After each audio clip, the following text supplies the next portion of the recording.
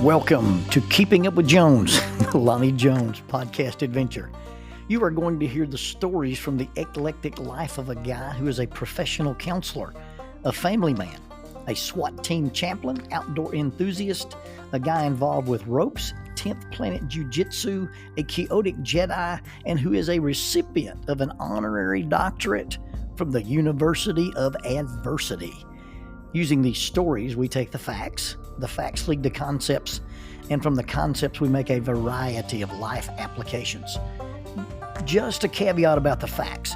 Most of the time we will tell you the facts just the way it happened, but once in a while we'll give you the facts the way other people remember how it happened, and that usually includes a tablespoon of embellishment. No harm is meant, just good, clean fun for educational purposes. Please subscribe and share this with your friends or your enemies. It might help them to be better people if they listen. As always, we thank you for keeping up with Jones, the Lonnie Jones podcast adventure. Introducing the Bible degree with digital ministry. Paul used the marketplace and the synagogue to reach an expanded audience. We have access to the internet and social media. I once heard it said that when McDonald's introduced the drive-through window, they did not change the Big Mac, only how it was delivered. Faulkner University is now offering a new digital ministry track for their Bible degree. Faulkner's degree provides training in understanding and teaching the gospel, alongside training that will allow students to create quality digital content. Opportunities for evangelism in the digital spaces is unlimited, and this is innovative ministry education for our contemporary culture. One of the instructors is a 2-time Emmy-winning former ESPN designer.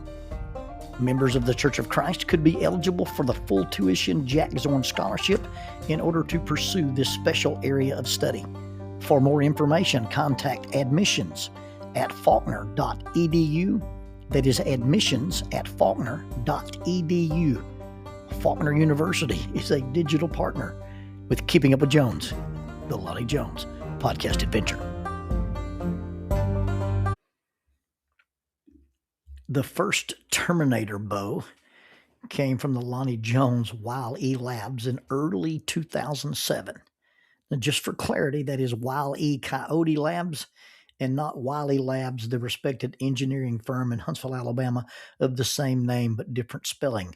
The inspiration for the Terminator bow came from the movie, the 1984 movie featuring Arnold Schwarzenegger, and he carried, as the robot Terminator, the T-800, he carried with him the AMT Hardballer Long Slide 45 pistol. And on top of that was a large, distinctive prototype laser sight created by Laser Products Corporation. Now, this group would later become Surefire, and if you've done anything with flashlights or lasers or optics, you know who the Surefire company is. There's a poster depicting Arnold as the Terminator, and he's holding this big pistol, and on top of that pistol is this laser sight. And I would have borrowed money to bet that on that poster there's a thin red line going out of the top of the poster coming from this laser sight. I would have been wrong and lost all my money, because you see, lasers aren't visible to the naked eye. They're only visible when they bounce off something. If you see a laser line in a movie, it's either Hollywood special effects or the laser has bounced off some dust, some water droplets, some air molecules in a thing called Rayleigh scattering. When you shine light into water, water causes a refraction and makes objects appear higher or more shallow than they are. So this has an implication for bow fishing. You see, when you're bow fishing, you always aim low. That's what we tell people. You can't aim low enough. In fact, Daryl Pickle says aim stupid low. This is because when the light hits the water, there is an angle of incident, and it causes the light to bend, and the fish will appear at a different depth. You're shooting at a fish, and the fish is not where the fish appears to be. If you could figure out every single time exactly what the light did, just how deep that fish really was, how this incident affected the light, then you could correctly aim at the fish and not just be point shooting all the time. A laser refracts in water just like light does. And if you could set up a laser on your bow and shine it into the water, it would point at where you're supposed to shoot. Now, it's interesting that not only will a laser bend going into the water, a laser will bend coming out of the water. You see, a laser can be trapped underwater. If you shined a laser at a specific angle from underneath the water, instead of shining out of the water, it would bend at the surface of the water and become trapped. It cannot escape. You can shine a laser through a plastic bottle filled with water. Now, you need to put something in the water to cloud it up a little bit so you can really see the line clearly.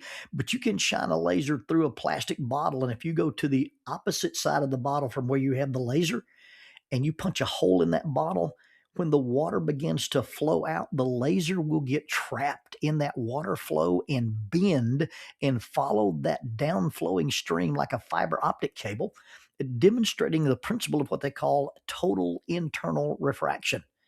Now, I didn't know any of this in 2007. I just wanted to have a bow that had a laser on it so I could shoot fish. I took some PVC pipe and some all-thread wire and created this laser mount to go on my bow, and I adjusted it so that where the red dot shined, the arrow would hit, thus creating the first laser guided bow. I had revolutionized bow fishing. I was going to test this concept on bullfrogs, and it worked like a charm. I could go frog gigging and really not even have to have a powerful light. I just had to have a light to show me where to point the red light. I became the frog terminator. I could see myself in a similar posture, wearing a black leather jacket, wraparound sunglasses, holding my bow at a perpendicular angle, and saying the words, "I'm looking for Kermit the Frog. He dates the pig." But they didn't make a poster out of me because, you see, it turns out that shooting frogs, toads, turtles, snakes, and fish with a laser mounted on your bow is not technically legal. At least that's what the gentleman who wears the green pants told me. At this point, at a weak moment, I'm tempted to add, I'm tempted to embellish, I'm tempted to say that this gentleman said, "Hey, what you're doing at this frog pond with this laser-mounted bow is illegal." And so I began to run away from him, and he yelled, "Stop, gay Mormon!" And so I ran faster. But that joke has already been all over the YouTube universe, and I'm not going to lower myself to that kind of humor. Now, I have several rifles that have lasers on them, and the lasers are mounted in an aid to aiming. Lasers on your weapon are not the universal answer to targeting that Hollywood would have you think. There's a lot of science that goes into that. There's all kind of stuff on the interwebs that tell you how to use and not use a laser. It has to do with the fact that a laser travels a straight line, and it depends on, is your laser mounted above or below or beside your gun. Your bullet travels a parabolic arc. Lots of stuff involved in that. That's not really why I'm on this rant. The reason I'm on this rant, and made me think of my original bow sight, my original laser-sighted bow, is because I got my very first laser bore sight. Now, Santa left it in the air ducts along with a new pair of shoes and bullets for John McClane on Christmas Eve. Gifts, snacks, and presents are left in stockings and under the tree, but tactical stuff is always left by the jolly elf in the air ducts. A laser bore sight is just that. It is a laser that fits in the bore of your firearm. The beam is projected onto a target, ideally, 25 or 50 yards or less. And then you look at this dot that's projected, and you adjust your iron sights, your red dot sight, or the reticles on your scope. And then your point of aim becomes your point of impact. Now, depending on the bore sight you choose, some of the bore sights fit externally. They stick into the bore. And some of them are chambered specifically for the weapon, and you put them actually inside, and the laser shines all the way through the barrel. Those are much more accurate than the ones that fit on the outside.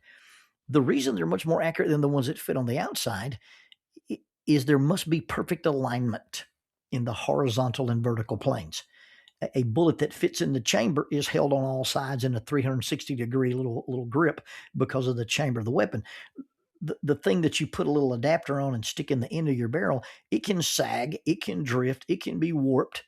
And if that laser is not perfectly centered, then the beam that you're adjusting to, the dot that you're trying to shine out there and line up your sights, you might think that it's in the right direction. It's a perfectly straight line, yes, but it's slightly wrong.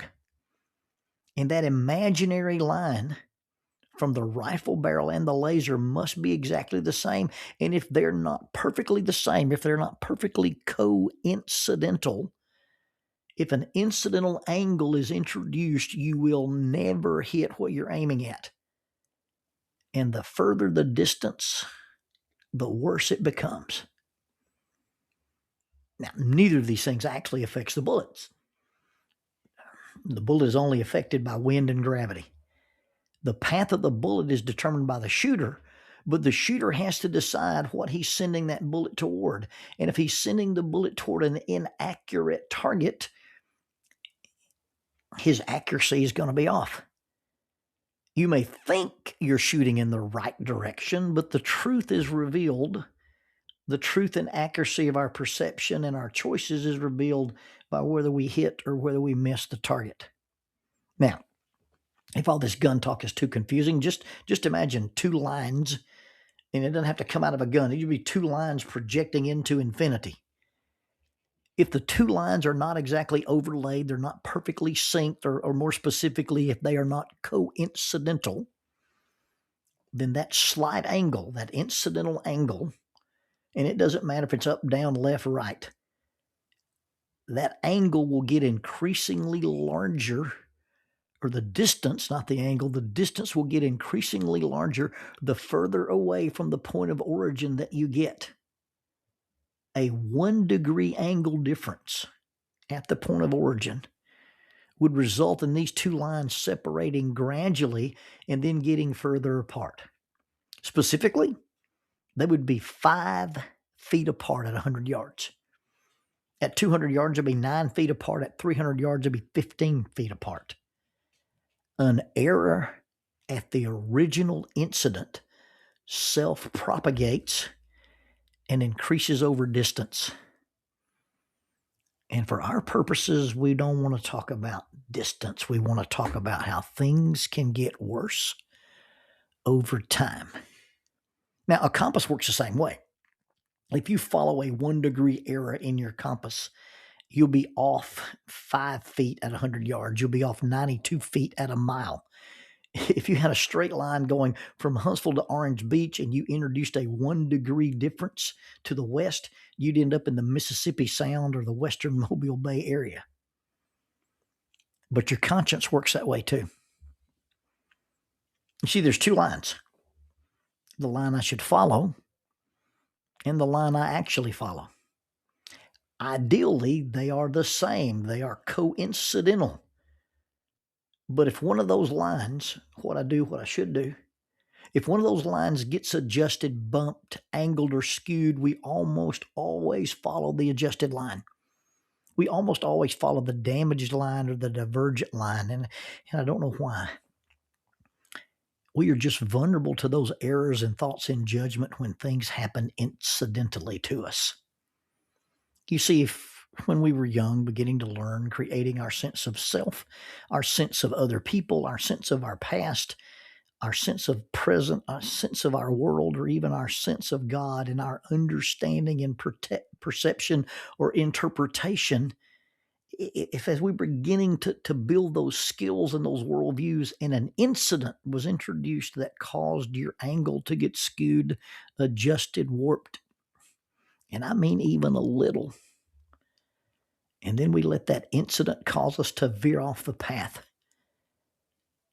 then the longer we believe these things to be true or accurate, the further we go away from the point of the incident, the greater the gap in our accuracy becomes. The longer we believe something that is not true, or at least not accurate, about yourself, others, your past, your present, or God, The longer you believe these things, the further away you get from being able to find what is accurate or true. See, our accurate perception, our accurate beliefs, our accurate interpretation, we can't find the truth. You see, if we are affected by our incident to any degree, our subsequent responses, actions, reactions, interactions, or behaviors will all be traveling down the wrong path. And the longer we believe these things, the further away from optimal, accurate, and healthy our beliefs and behaviors become. Don't think of that in terms of, hey, did I believe this for 5 yards, 10 yards, or 15 yards? Time is distance and distance is time. Think about, I had this incident and I put this angle on it and I follow that angle for 1 year, 5 years, 10 years, or 15 years. The longer you travel in that direction, the larger the gap gets between your beliefs, your behaviors, your perceptions, and what is true, good, right, accurate, and healthy. Just think about the 1 degree of divergence. Now, we use that just to make a simple illustration. But with trauma, abuse, neglect, perceived inadequacies, inappropriate guilt, shame, self-worth, or powerlessness, our divergence, the adjustment of our angle that was caused by the incident, that thing that affects the course we follow, that impact is always going to be much, much greater than a simple, mere single degree. Now, if a slight adjustment, if a single degree can have a profound effect over time, just think how powerful those major adjusting events have the potential to be. Just think about the potential those events have to disrupt our target of health, our prosperity, our balance, our peace, our joy, our self-worth, our self-love, or even our ability to love other people. The cruel thing about this is that when you get these angles of incident and you get these incidents that change your angle, you're generally traveling in the right direction. But the longer we hold these beliefs, the further off track we'll get. See, as I said, these life-adjusting events often are not little or minute. They are far, far more serious and impactful than a mere degree. And even a degree has a significant effect. But the danger is not in the severity of the adjustment, but in the subtlety of the adjustment. See, we often fail to realize when and how we shifted. Our thinking tells us this is normal. And because it's incidental, because it's not maybe a big deal at first, because that degree doesn't affect us that much, that angle doesn't really bother us. And because nobody reads our thoughts and we don't read anybody else's thoughts, we never get a check for accuracy. And we may never even realize what went wrong until we end up being somewhere where we did not intend to be. You see, when we talk about trauma-informed therapy, there's this phrase that we teach. We say, when you're interviewing somebody or somebody's talking about bad behavior or even witnessing bad behavior, you don't ask what's wrong with you. The better question is to ask what happened to you. But in answering the what happened to you, that gives you the story, that gives you the context, that tells you where you were and when you were when this thing happened or changed. But really, in talking about adjusting these angles because of these incidents, the more powerful question is, hey, what happened to you? And what does it mean to you? And then ask, does this mean what you think it means? What angle do you look at this incident from? What angle did you give this? Bullets are affected by wind and gravity. They are pulled to earth and can drift in the wind. Lasers can be refracted or reflected. People are traumatized, abused, neglected, abandoned, betrayed, disappointed, and we fail. The incident is not as important as the angle we are told it has. The incident is not as important as the angle we choose to give it. We either adjust to those incidents or allow those incidents to adjust to us. Or more correctly, we allow those incidents to adjust us. How we adjust to those things are basically based on the meanings, the angles we give those things, the validity of those meanings, the validity of those interpretations, the validity of those beliefs, to the degree that they are accurate. That's the difference in them becoming an incident or just becoming incidental.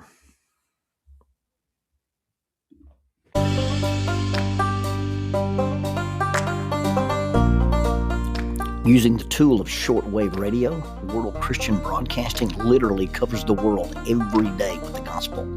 They use 2 large curtain antennas. One is located in Anchor Point, Alaska, and the other in Madagascar.